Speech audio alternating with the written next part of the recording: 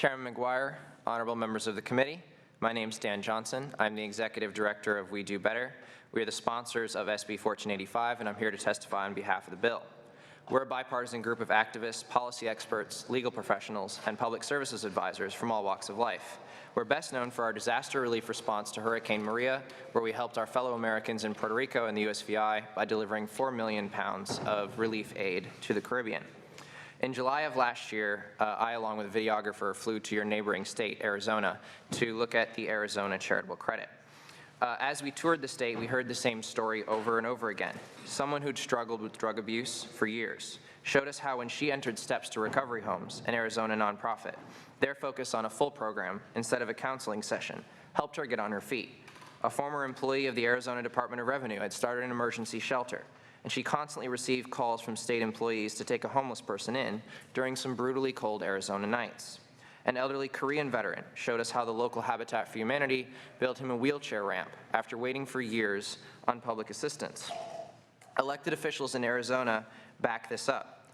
At the end of 2016, Governor Doug Ducey signed a bipartisan bill to double the credit from $200 to $400 per person. We spoke to Arizona State Senator Democrat David Bradley and Republican State Senator Steve Yarborough, co-sponsors of that doubling, and they loved how it brought their community together. It filled in the gaps in state services, and the money was directed to effective organizations. The data also backs that up. In the first year, about 2,700 taxpayers took advantage of this credit.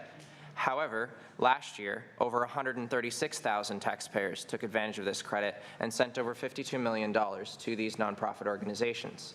A study from the Urban Institute found that this increased charitable donations by at least double in the first few years. This also saves the state revenue. On a different subject, but a education tax credit, so specifically limited to education, the Office of Program Policy Analysis and Government Accountability, OPAGA, in Florida found that because of money saved the state, a corporate scholarship tax credit actually left more money in the state coffers than before. Approximately $1.30 was saved by the state for every dollar taken out by the credit. My team at We Do Better has run 6 national nonprofit organizations.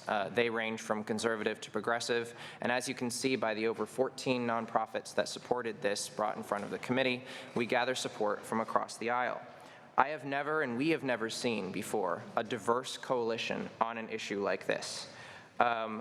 Anti-human trafficking nonprofits, addiction recovery nonprofits, transitional housing, disaster relief, and more have supported this bill. In addition, Republican groups such as Eagle Forum and progressive groups like Proxy Vote and even the mayor of Calimesa, California, have come out and said that they would like to see more citizens given the opportunity to send their money to the organizations that do best for their community. There's a populist wave sweeping the country. Whether you look at Donald Trump or you look at Bernie Sanders, people want more of a say in how their government operates, and they want more of a say in how human needs are addressed in their communities. And whether you look at the great organizations handling the California wildfires, such as you were involved with, Chair McGuire, or you look at an organization like Saved in America, which rescues missing children 9 days each and only a cost of $9,000 per child to the organization. There are organizations in California that fill in the needs all across your state.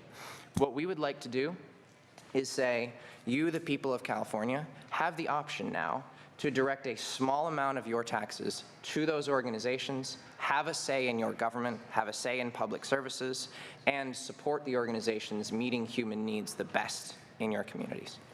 Thank you so much, Mr. Johnson.